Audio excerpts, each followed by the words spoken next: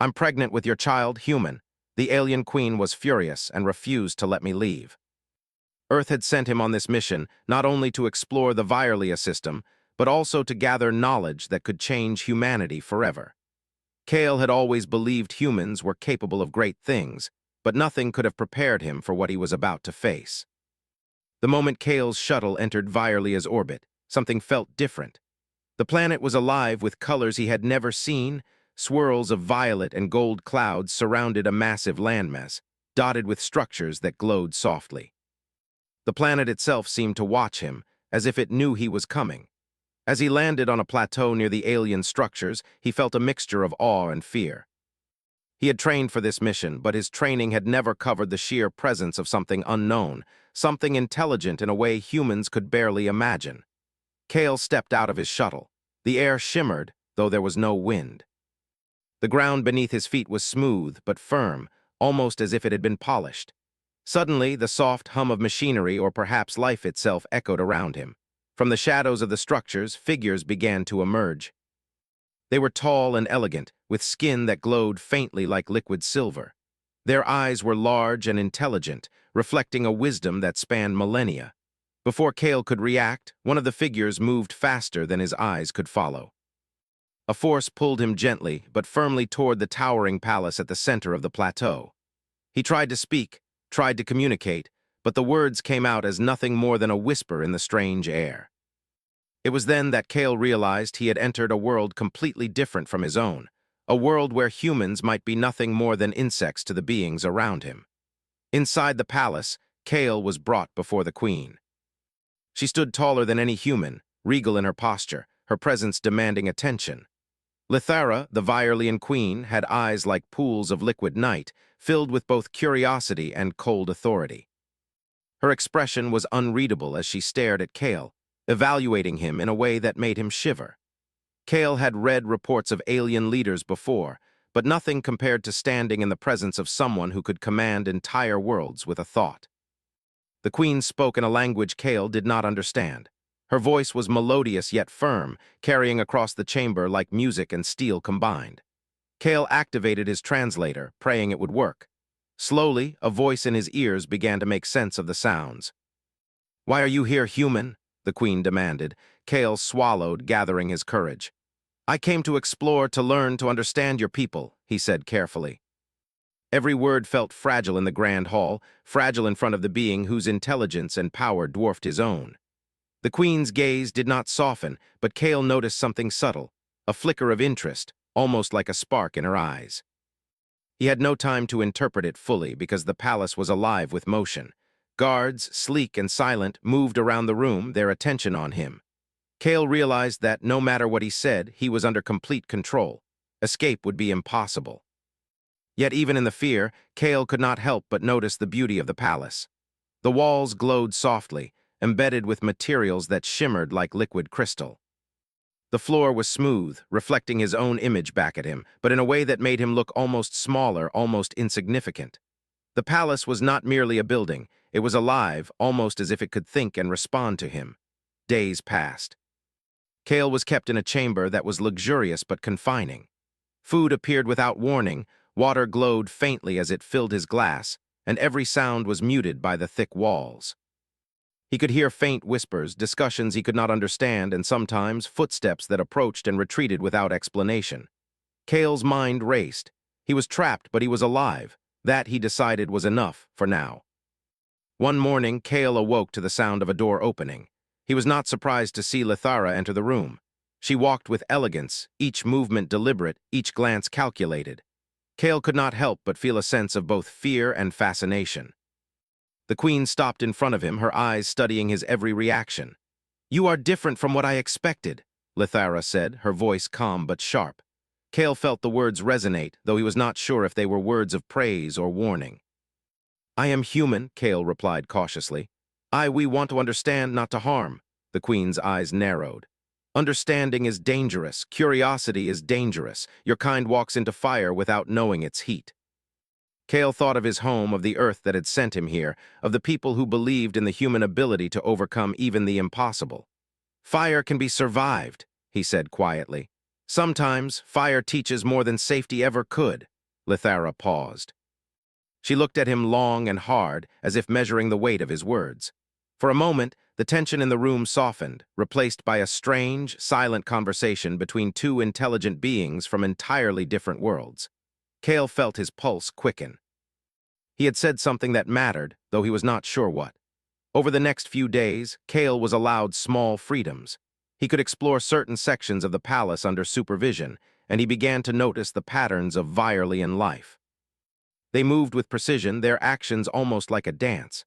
They spoke in soft sounds, translated by his device, but their emotions were visible in subtle shifts. The tilt of a head, the narrowing of an eye, the slight ripple of glowing skin. Cale discovered a strange library of glowing panels, each one containing knowledge beyond human comprehension. Some recorded the history of the Virelian people, stretching back thousands of years. Others contained technological schematics that humans could only dream of replicating. As Cale absorbed this knowledge, he realized the enormity of what he had stumbled into. Humanity was far from the center of intelligence in the universe, but maybe, just maybe, Cale could make them part of something greater. One evening, Cale noticed something strange in the reflection of the floor, a faint, almost imperceptible shimmer around him. At first, he thought it was a trick of the light. Then slowly he realized it was more. The air seemed alive, reacting to his presence. The palace was not just a building, it was aware. And awareness carried judgment. He had a sudden, chilling thought. What if the Queen's interest in him was not just about him, but about something deeper? Something that could change the future of both species. He had no time to dwell on the fear. That very night, he was summoned again to Lithara's chamber. The Queen stood in the center of the room, her posture commanding yet elegant. In her hands, she held a small, glowing orb. Cale had never seen anything like it. "You carry a future inside you," she said, her voice almost soft now. Cale's heart skipped a beat. He did not understand, and yet he felt the weight of her words. "What do you mean?" he asked carefully, Lithara's gaze fixed on him with intensity. "Life you carry, life you do not yet know you possess, it is not purely human, it is not purely Virelian, it is a bridge." Cale froze, a bridge, his mind raced. Could this be possible? Could something so incredible exist? And if it did, what would it mean for him, for the Queen, for Earth, for the Virelians? The Queen stepped closer, and for the first time, Cale saw emotion he had not expected, fear, fury, and all at once. She did not speak again, but her eyes said it all. The future had begun, and Cale was at the center of it. For the first time since he had arrived, Cale felt truly alive. The danger was real, the challenge enormous, but human determination burned stronger than ever. He did not know what awaited him, but he knew one thing: he would face it as a human with courage, wit, and hope. The chamber's walls glowed softly, the air thrummed with quiet power, and Cale understood a truth that would guide him through what was to come. The universe did not belong to any one species. It belonged to those brave enough to reach for it. And Cale, a human among Virelians, was about to change everything. Days turned into nights, though on Virelia time felt strange. The sky was never truly dark, always shimmering with strange hues of violet and gold. Cale moved carefully through the palace, learning its rhythms and the habits of its inhabitants. He had begun to understand that this was not just a home, but a living structure, alive in ways humans could barely imagine. Each step he took seemed to ripple through the walls as if the palace itself were watching him. Cale's thoughts, however, were troubled. The memory of Lithara's words, the words about a bridge of life, refused to leave his mind. He could not fully understand what she meant, yet a strange feeling had taken root in him, a sense that his presence here and what he carried would change the course of history for both humans and Virelians. One morning, Cale was summoned once again. The hall into which he was led was different this time. The walls shimmered with a golden light that seemed to move, almost like liquid flowing across them. Lithara stood in the center, her posture as commanding as ever, yet her eyes held a storm he could not interpret. "You must understand," she began, her voice calm yet edged with intensity. "What you carry is no ordinary life. It is more than human. It is more than Virelian. It is dangerous." Cale's pulse quickened. Dangerous? How could anything inside him be dangerous? "I do not understand," he said carefully. "I have done nothing except arrive on your world. How could anything I carry be dangerous?" Lithara's eyes darkened, and Cale felt the weight of her anger. It is not merely you, it is the potential inside you. This child, this bridge, it could unite worlds or tear them apart. You do not yet know what it means, but you will. Kale's mind raced. A bridge? Unite worlds? The words felt surreal, like something out of a dream, yet he could feel the truth of them in the Queen's eyes. Her fury, her awe, her fear, all of it was directed at him, at what he carried unknowingly. "Wait," Kale said, his voice steadying despite the storm in his chest. "Are you saying I am carrying your child?" The Queen's lips pressed together in a thin line. She did not answer immediately. Her silence stretched, heavy and powerful, until Kale's heart pounded in his chest. Finally, she spoke, her voice a mixture of anger and caution. "Yes, and it cannot leave this palace, not until I understand its nature. Not until I am certain it will not destroy everything I have built." Kale felt a wave of fear, followed quickly by determination. He had expected danger, yes, but he had not expected this. Yet, even in the midst of fear, he recognized the opportunity. The child he carried was proof that humans could reach beyond their limits, proof that humanity could survive, adapt, and even create a new future. "I understand your fear," Kale said carefully, "but I can help. I can prove that this life, that the child, can be a bridge, not a weapon." Lithara's eyes narrowed. "Prove it," she asked, her voice tinged with disbelief. "Do you have the wisdom to protect what you do not yet understand? Do you have the strength to survive in a world that is not your own?" Kale squared his shoulders. "I do not yet know everything, but humans learn quickly. We survive because we must, and we thrive because we believe in possibilities. I can protect this child, and I can help you understand what it truly is." The Queen studied him for long minutes, silent. Kale could feel the tension in the air, the electricity of her judgment pressing down on him. Finally, she spoke again, her tone sharp. "You will not leave this palace until I decide it is safe. Every step you take will be watched. Every action you make will be judged. Do not mistake my caution for cruelty, human. The fate of this child is more important than anything you have ever known." Kale nodded. He understood. Escape was impossible, but he also realized something more important. The Queen's anger was not entirely directed at him. It was directed at the future, at the unknown, at the possibility that something extraordinary was happening in her world. In the days that followed, Kale began to notice subtle changes within himself. The food he ate, the air he breathed, and even the energy of the palace seemed to interact with him in ways he could not explain. He felt stronger, more aware, as if his senses were expanding beyond normal human limits. At first, he thought it was imagination, but the evidence was undeniable. Something inside him, something that belonged to both human and Virelian, was awakening. Kale also noticed changes in the palace itself. The walls seemed more responsive, almost protective at times, and the subtle hum of energy in the air grew stronger whenever he approached certain areas. He realized that the palace and the child inside him were connected in ways he could not yet understand. During this time, he was not alone. Lithara allowed certain advisors and scientists to observe him. They were cautious, their expressions unreadable, but Kale could see flashes of curiosity and fascination. Unlike the Queen, they seemed willing to consider the possibility that the child could be a force for good. Kale began to work with them, learning their language, understanding their technology, and slowly earning their respect. One day, Kale was brought to a chamber unlike any other he had seen. The room was filled with glowing panels, holographic maps, and strange devices that pulsed with energy. A group of Virelian scientists approached him, their expressions tense. "This chamber monitors the potential of new life," one of them explained through the translator. "The energy you carry is unique. It has never been seen before. If it is not guided carefully, it could cause imbalance in both our world and yours." Kale listened intently. The weight of responsibility pressed on him, but he refused to let fear take over. "Then we must guide it," he said firmly. "We must understand it together. It is not a weapon. It is a chance." The scientists exchanged glances. Some nodded slowly, their expressions showing tentative agreement. Kale realized that this child, this bridge between species, was already inspiring hope. Even in a world where humans were the minority, where danger and suspicion surrounded him, Kale's determination was creating allies. Weeks passed, and Kale learned to navigate the complex rules of the palace. He moved carefully, observing, learning, and sometimes defying subtle restrictions to test boundaries. Lithara watched him constantly, her presence a reminder that every step he took mattered. She did not speak often, but her gaze alone conveyed her thoughts, caution, curiosity, and a growing sense of inevitability. Then one morning the unthinkable happened.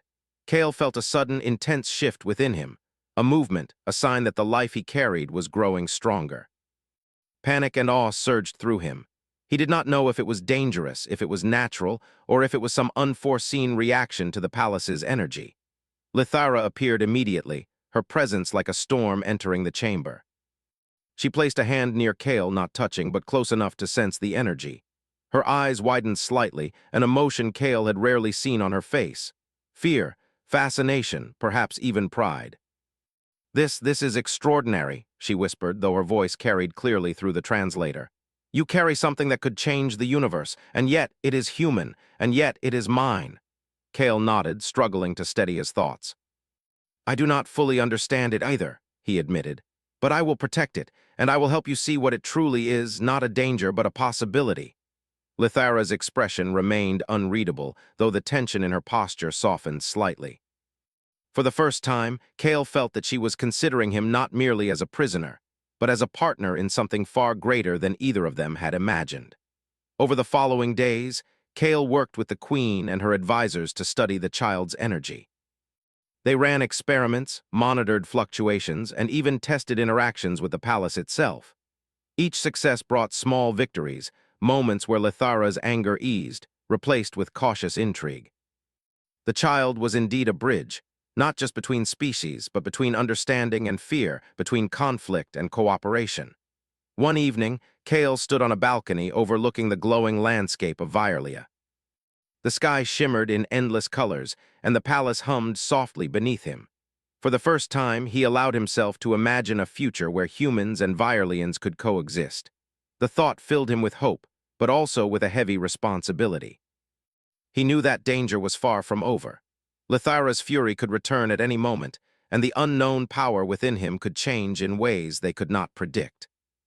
But Kale had made a choice, to protect this child, to prove humanity's worth, and to show that courage, compassion, and determination could thrive even in the most alien of worlds. The Queen's gaze fell on him from across the chamber, sharp and commanding. Kale met her eyes and held his ground. In that moment, he understood a truth he had always known deep in his soul. Humans might be small in the vast universe, but their spirit was unbreakable. And whatever lay ahead, he would face it, not as a prisoner, but as a human, capable of shaping the future in ways no one could yet imagine. And so, the days continued, filled with tension, wonder, and discovery. Kale's journey had only begun, and the revelation of the child had set into motion events that would ripple across worlds. The Queen's anger remained, but a seed of possibility had been planted. Kale had survived the unthinkable, and now the challenge was only beginning. In the quiet of the palace, under the glow of alien light, Kale felt the first stirrings of hope. Hope that the impossible could become reality. Hope that the child he carried could indeed be the bridge between worlds. And hope that humanity, once again, could rise to meet the challenges of the universe, unafraid and unbroken. The Palace of Lithara had become both Kale's prison and his classroom. Every day he walked its glowing halls, observing patterns, learning rituals, and slowly beginning to understand the subtle language of the Violians. Their lives were filled with precision, every gesture and glance carrying meaning. The Queen's fury had not disappeared, but now it was joined by a quiet curiosity, and Kale sensed that the child he carried had begun to change her perception of him. Despite the constant supervision, Kale realized he was not entirely alone. Among the Queen's advisors and scientists, a few individuals showed more than mere duty. They showed interest, sometimes even empathy. One of them, a tall Violian named Cirrus, approached Kale quietly one afternoon while he examined a glowing panel in the library. "You are different from other humans," Cirrus said softly, his translated voice calm and steady. "You do not merely react, you observe, you think. That is unusual." Kale looked up, wary but hopeful. "I do not mean to cause trouble," he replied. "I only want to understand." "I only want to help," Cirrus nodded slowly. "Then perhaps we can help each other, but it must be done carefully. The Queen watches everything, and she does not forgive mistakes." Over the next few days, Kale and Cirrus met in secret corners of the palace, whispering ideas and sharing knowledge. They studied the glowing panels together, learning about the Virelians, technology, their history, and their deepest fears. Kale discovered that the palace itself could respond to thought and emotion, a living structure that could amplify both curiosity and danger. He realized that if he could understand it, he could use it to protect the child and perhaps even change the queen's perspective. Kale also learned more about the advisors' motivations. Some were loyal to Lithara because of fear, others because of duty, but a few, like Cirrus, were genuinely curious about the possibilities the human presence presented. Kale's plan was simple but dangerous. He would show the queen that humanity was not weak, that humans could adapt, solve problems, and even contribute to the Virelians' understanding of life. If he could succeed, he might gain the queen's trust, or at least soften her anger. The first opportunity came sooner than Kale expected. A section of the palace that housed energy conduits, the very heart of its power, began to destabilize. The glowing channels flickered, and the hum of the palace turned into a low, warning vibration. Guards rushed past him, and alarms echoed through the halls. Kale understood immediately that if the conduits failed, the palace could be seriously damaged, and the child could be at risk. Acting on instinct, Kale ran to the nearest control panel. Cirrus followed silently, assisting him as Kale studied the alien symbols. He had learned enough to understand patterns, enough to manipulate the energy flow in a way that would stabilize the system. Sweat ran down his face as he carefully pressed sequences and adjusted conduits according to instinct and observation.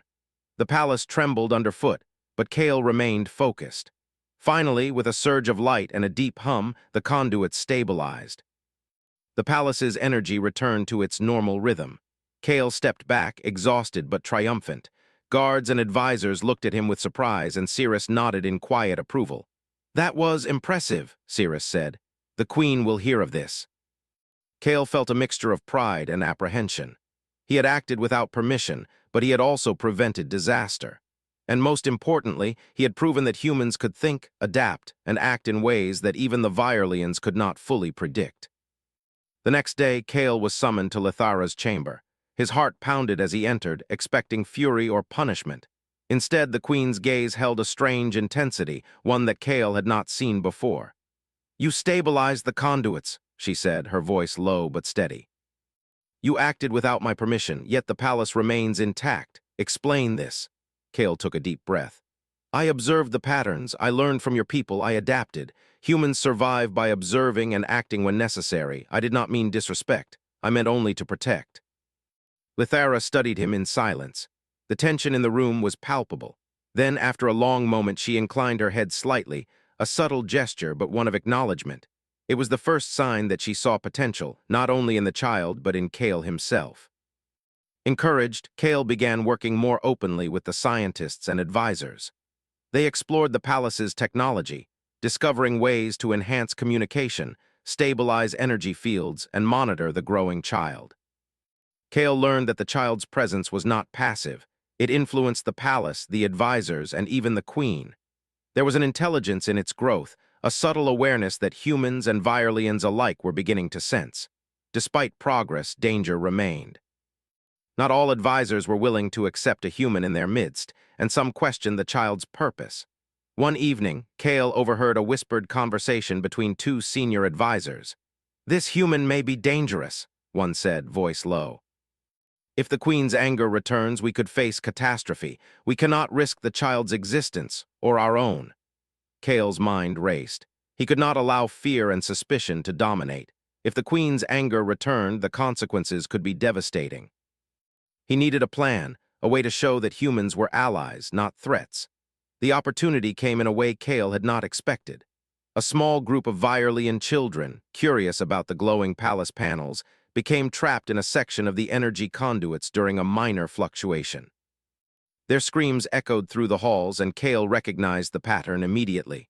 The conduits were unstable again. Without hesitation, he ran to the control panel, recalling every adjustment he had made before. This time, however, the challenge was greater. The conduits were more complex, the energy unpredictable. Kale worked tirelessly, analyzing, predicting, and adjusting.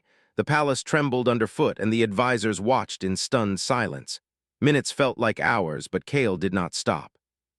Finally, with a surge of coordinated energy, the conduit stabilized once again. The children were safe, and the palace returned to its calm rhythm. The queen arrived moments later, her presence filling the room. She examined Kale, her eyes sharp, her posture commanding. For the first time, she spoke words that were not sharp or cold. "You acted to protect life, human," she said. "You did not act for reward nor for glory. You acted because it was necessary. That is admirable."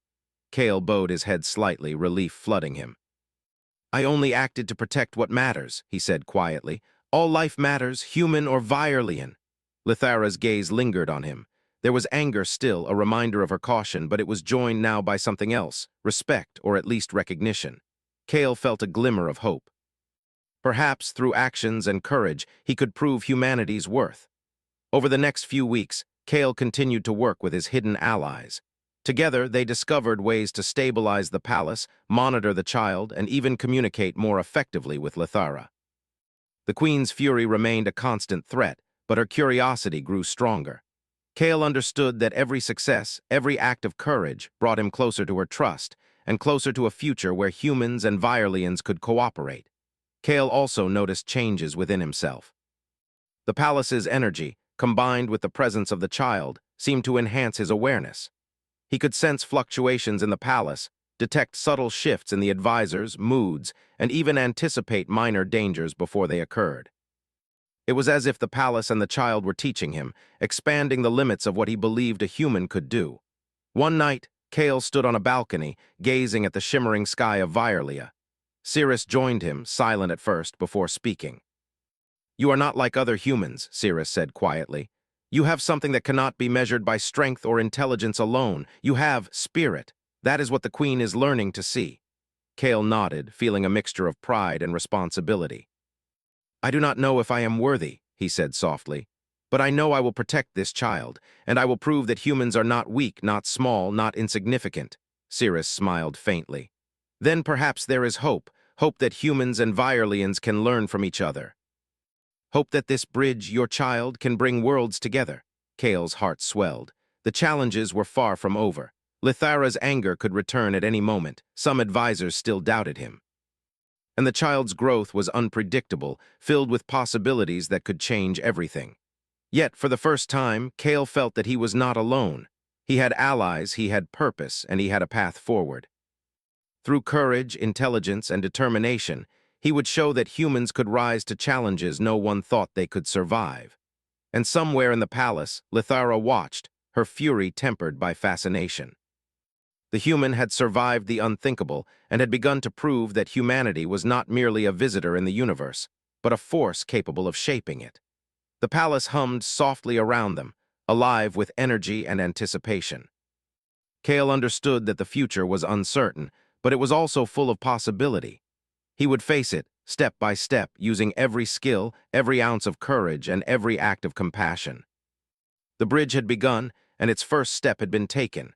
Kale's days in the palace had become a careful balance of learning, observing, and proving himself. The palace was no longer just a place of confinement. It was a living world full of opportunities and dangers, and every step he took was watched by the queen and her advisors. Yet Kale knew that despite his hidden alliances and small victories, the queen's anger was never far from the surface. Lithara had yet to test him fully. One morning the call came. A soft vibration moved through the palace, signaling that Kale was summoned to the queen's chamber. He entered cautiously, aware of the intensity in the air. Lithara stood at the center of the room, her posture regal, her eyes sharp and unyielding. Around her, the air shimmered with palace energy, responding to her focus, glowing in ways humans could barely understand. "You have learned quickly, human," Lithara said, her voice calm but carrying the weight of command. "You have shown courage, intelligence, and resilience. Yet these qualities alone are not enough. To survive here, to protect what you carry, you must prove yourself. You must demonstrate the full extent of humanity." Kale's heart pounded. He had anticipated challenges, but now he understood that this was more than a test of intellect or courage. It was a test of everything he was, everything humans could be. "I am ready," he said quietly, meeting her gaze. Lithara inclined her head slightly, a gesture of acknowledgement. "You will face 3 trials. Each is designed to test your mind, your body, and your spirit. Fail, and you may not survive. Succeed, and you will gain my trust, and perhaps the chance to protect what you carry. Kale nodded, feeling a mixture of fear and determination. He had faced danger before, but never like this. The Queen's challenge was not merely about survival, it was about proving humanity's place among the stars. The first trial was one of intellect. Kale was led into a chamber filled with floating panels, glowing orbs, and streams of alien symbols. The air hummed, alive with energy that seemed to respond to thought. Lithara explained that the task was to decipher a sequence of patterns controlling the palace's energy flow. Failure would cause instability, potentially endangering the child he carried. Kale studied the patterns carefully. They were unlike any human code, shifting constantly, yet he noticed subtle repetitions and rhythms. Using logic, observation, and intuition, he began to manipulate the sequence. Hours passed, though time felt warped in the chamber. The palace hummed louder, responding to every adjustment. Kale's hands moved quickly, pressing, adjusting, and observing. Finally, the final panel aligned, the sequence stabilized, and the chamber glowed with soft, steady light. Kale exhaled, exhausted but triumphant. Lithara's eyes observed silently, unblinking, yet for the first time, Kale sensed a flicker of approval in her gaze. The second trial tested his body. Kale was led to an arena where the palace energy created shifting obstacles, floating platforms, walls that moved unpredictably, and gaps that seemed to defy gravity. His task was to reach the center of the arena while carrying a small energy module that simulated the child's presence. Any mistake could disrupt the module, symbolizing potential failure to protect the life he carried. Kale leapt, climbed, and balanced with precision. He adapted to the constantly changing environment, relying on quick thinking and instinct. The palace hummed in response, challenging him, testing him, but Kale did not falter. He reached the center, placing the module carefully on a glowing pedestal. The chamber glowed brightly, signaling success. Lithara's gaze followed him the entire time, sharp and unyielding, but now tinged with a strange curiosity. The final trial was the most challenging, the test of spirit. Kale was brought to a chamber filled with mirrors of energy, each reflecting different versions of himself, fears and doubts amplified by palace energy. He had to confront his deepest insecurities, the weight of responsibility for the child, and the fear of failure. The mirrors whispered doubts, showed visions of destruction, and reflected his own uncertainty. Kale felt panic rise, but he remembered the words he had spoken before. Humans survive by observing, adapting, and acting when necessary. He closed his eyes, took a deep breath, and focused on what truly mattered, the child, the hope of unity, and the courage that had brought him this far. One by one, the illusions faded as Kale stood firm, refusing to give in to fear. When he opened his eyes, the chamber was calm. The mirrors glowed softly, reflecting only his determined expression. Lithara stepped forward, her presence filling the room. For the first time, Kale felt her emotions clearly, not anger, but awe, caution, and a grudging respect. "You have faced what no human has faced before," Lithara said. "You have used your mind, your body, and your spirit to overcome challenges beyond comprehension. You have proven that humanity is not weak. You have proven that courage and determination are not limited to your species." Kale bowed his head slightly, relief and pride mingling within him. "I only acted to protect what matters," he said softly. "I only acted to honor life in all forms." The Queen's eyes lingered on him. "And yet you carry something that is neither fully human nor fully Virelian, something that could unite or divide. The future depends on your actions now, human. Do you understand what that means?" Kale nodded. "Yes, I will protect it. I will guide it, and I will prove that humanity can rise to meet any challenge, no matter how impossible." Lithara remained silent for long moments, her gaze intense. Then, slowly, she inclined her head, a gesture of acknowledgement and cautious approval. For the first time, Kale felt that the Queen saw him not merely as a prisoner, but as a being capable of shaping the future. Over the next few days, Kale worked closely with the Queen, her advisors, and the scientists to strengthen the palace, stabilize its energy, and monitor the growth of the child. Each success brought new respect, though Lithara's anger and caution remained a constant undercurrent. Kale understood that trust would not come easily, and that every action mattered more than ever. During this time, Kale also learned more about the palace itself. It was not merely a building but a living entity, capable of responding to thought, emotion, and energy. The child's presence amplified this connection, and Kale realized that by understanding the palace, he could protect the child more effectively. He began to anticipate its fluctuations, sense its responses, and even guide its energy subtly. The queen watched closely, sometimes silently, sometimes speaking to Kale in ways that tested his perception, his patience, and his understanding of life itself. Each interaction was a lesson, a challenge, and a warning all at once. Yet Kale grew stronger, wiser, and more capable with every passing day. One evening, Kale was alone in a chamber with glowing panels and shifting energy streams. He felt a surge within himself, a connection to the palace and the child that was stronger than ever before. The palace seemed to hum in approval, responding to his thoughts and intentions. Kale realized that this was more than survival. This was growth, learning, and partnership between human, palace, and child. Cirrus entered quietly, observing Kale with a mixture of awe and curiosity. "You are changing the palace," he said softly. "Not by force, but by understanding. That is something the queen rarely sees in any being." Kale smiled faintly. "It is not just me," he said. "It is the child, the palace, and humanity's will to survive and adapt. Together, we can achieve more than any of us imagined." Cirrus nodded, understanding the truth of Kale's words. "Then perhaps there is hope. Hope that humans and Violins can learn from each other. Hope that what you carry will indeed be a bridge." Kale's heart swelled with determination. The challenges ahead would be greater, but he had proven something essential. Humanity was not weak, insignificant, or unworthy. Even in the most alien of worlds, human courage, intelligence, and spirit could rise to meet impossible trials. The palace hummed softly around them, alive with energy and anticipation. Kale understood that the final trial had not only proven his abilities, but had begun to change the queen's perception. Lithara's fury had not vanished, but it had softened, replaced by cautious respect and a growing awareness that humans could be more than visitors. They could be partners, allies, and a force capable of shaping the future. Kale knew that the days ahead would be filled with further challenges, that the child's growth would bring new surprises, and that the queen's judgment could shift at any moment. Yet for the first time he felt hope, a hope grounded in action, courage, and the unbreakable human spirit. And in the quiet of the palace, under the soft glow of alien light, Kale prepared for the next step in his journey. The trials had tested his mind, his body, and his spirit. Now the future awaited, and he was ready to face it. The days in the palace had grown both routine and extraordinary for Kale. The palace was alive with energy, responding to every step, every thought, every heartbeat. The child he carried had begun to influence the world around him in subtle, incredible ways.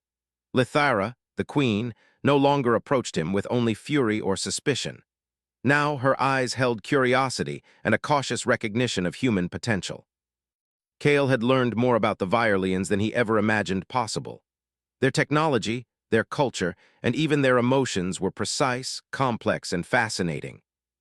Yet he also realized that humans brought something unique: resilience, adaptability, and the courage to act even when the outcome was unknown. The child he carried was a living testament to this truth, a bridge between species, worlds, and futures.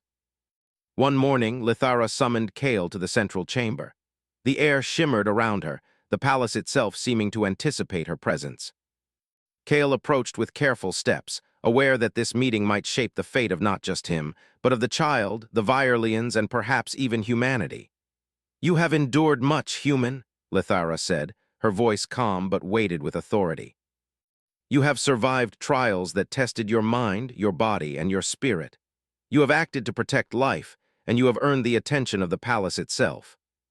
Yet there remains one question I must answer. Can humanity truly be trusted to shape the future alongside my people?" Kale swallowed but held his ground.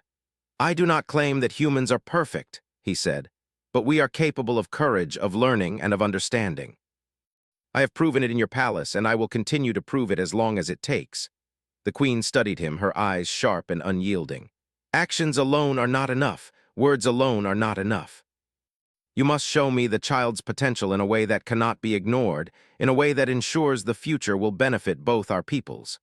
Kale nodded. He had expected this challenge, though not in such direct terms. He realized that the next steps would require careful planning, courage, and perhaps a leap of faith. The palace itself seemed to sense his understanding, its energy pulsing around him in quiet acknowledgement. Over the next several days, Kale worked tirelessly. With the guidance of Cirrus and a few trusted advisors, he studied the child's energy patterns, learning how to channel its influence safely. The palace responded to their efforts, stabilizing energy flows, illuminating chambers with soft light, and enhancing communication across long distances. The child's presence was growing stronger, a living bridge not only between Kale and the Queen, but between human and Virelian understanding. Finally, the moment of demonstration arrived. The central chamber was filled with advisors, scientists, and of course, Lithara herself. Kale stood at the center, the child's energy coursing subtly through him, his pulse synchronized with the palace's hum. He began to channel the energy, focusing on harmony, stability, and communication. Panels glowed, walls pulsed with light, and the entire palace seemed to breathe in rhythm with the child's presence. Lithara watched closely, her eyes narrowing, her posture tense. Every gesture, every flicker of light was carefully measured. The energy flowed smoothly, and the palace responded with quiet brilliance. Kale felt the connection between human spirit, Virelian technology, and the child's presence more clearly than ever before. It was a living demonstration of unity, of potential, of hope. The advisors murmured in astonishment. They had doubted, questioned, and feared the human influence, yet now even they could not deny the results. The child's energy had stabilized the palace, improved communication systems, and created a resonance that suggested cooperation rather than conflict. Kale felt a surge of pride, tempered by humility. He understood that the work was far from complete, yet the demonstration was undeniable. Lithara stepped forward, her presence commanding yet measured. For the first time, she spoke words without anger, without fury, without caution, words filled with recognition. "You have proven that humanity is capable of more than I imagined," she said. "You have shown courage, intelligence, and a spirit that cannot be ignored. The child you carry is not a threat, but a promise, a bridge between our peoples. And you, Kale, have shown that humans can rise to challenges far beyond your world." Kale's heart swelled. After so much fear, so much doubt, he had finally earned her acknowledgement. Yet he knew that respect was not trust, and trust was not yet complete. "Thank you, Your Majesty," he said humbly. "I will continue to protect this child. I will continue to honor life, human and Virelian alike." The Queen inclined her head slightly. "You will not leave the palace, not yet. The child must grow and the bridge must strengthen. But you will no longer be a prisoner. You will work with us, and together we will learn what the child can truly become." In the weeks that followed, Kale's role in the palace changed. No longer merely a guest or prisoner, he became a collaborator, a teacher, and a guide. He shared human perspectives, strategies, and problem-solving methods with the Virelians. In turn, he learned their advanced technology, cultural insights, and ways to manipulate energy flows within the palace. The child's presence amplified these lessons, creating a cycle of growth and understanding that could not have been imagined before. As the child grew, so too did its influence. Plants in the palace responded with subtle vibrancy, energy conduits stabilized with minimal input, and even Lithara's advisors began to show more cooperation and open-mindedness. Kale observed all of this with a quiet sense of wonder. Humanity, he realized, had not only survived in this alien world, it was thriving, shaping the future through courage, intellect, and compassion. One evening, Kale found himself alone with Lithara on the palace balcony. The sky shimmered in endless hues of violet and gold, a breathtaking reminder of the world around them. The Queen's eyes reflected a mixture of emotions: curiosity, caution, awe, and perhaps a trace of hope. "The child is remarkable," Kale said softly, careful to measure his words. "I believe it can unite our peoples, help humans and Virelians understand each other in ways we never imagined." Lithara's gaze lingered on him. "Remarkable, yes, but also fragile. Its potential depends on guidance, on understanding, and on the courage of those who surround it. You have proven that humans are capable of courage, Kale, but now you must prove that humans are worthy of shaping the future." Kale nodded. "I will not fail," he said. "I will protect the child, guide it, and show that humanity can rise to any challenge, even here among your people." The Queen did not speak immediately. She simply observed him, the energy of the palace shimmering around them like a living aura. Finally, she inclined her head, a subtle but powerful acknowledgement of his words. "You have done well," she said. "And yet the future is only beginning. What you carry will shape more than just your world. It will shape the universe. Guard it, guide it, and remember this. Humanity has the potential to rise to greatness, but only if you choose to act with courage, wisdom, and compassion." Kale felt a deep sense of purpose. The trials, the challenges, the uncertainty, they had all led to this moment. Humanity was no longer an insignificant visitor in the cosmos.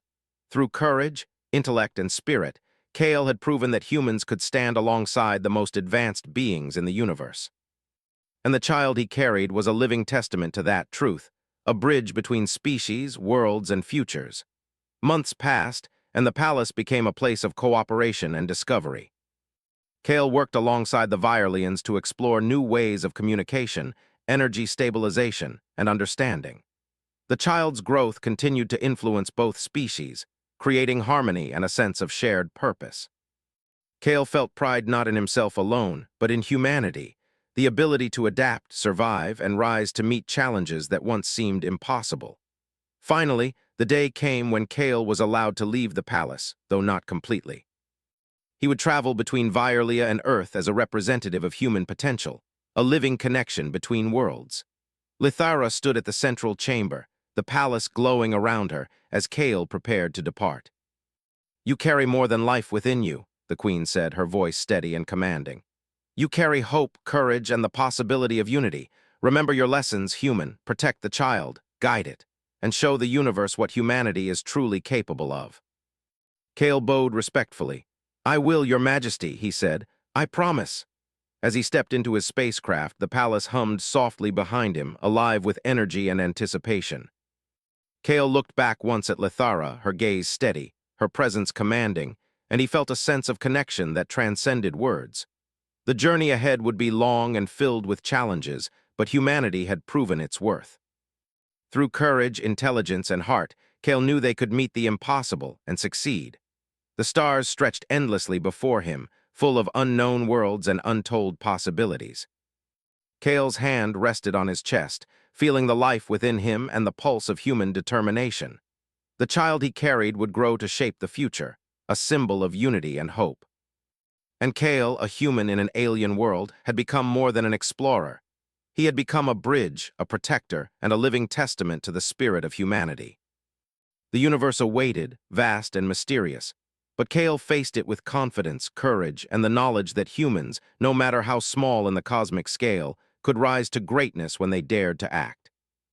And so, with the child's future intertwined with his own, Kale set his course toward the stars, carrying hope for both Earth and Virelia, a legacy born of courage, compassion, and the unyielding human spirit.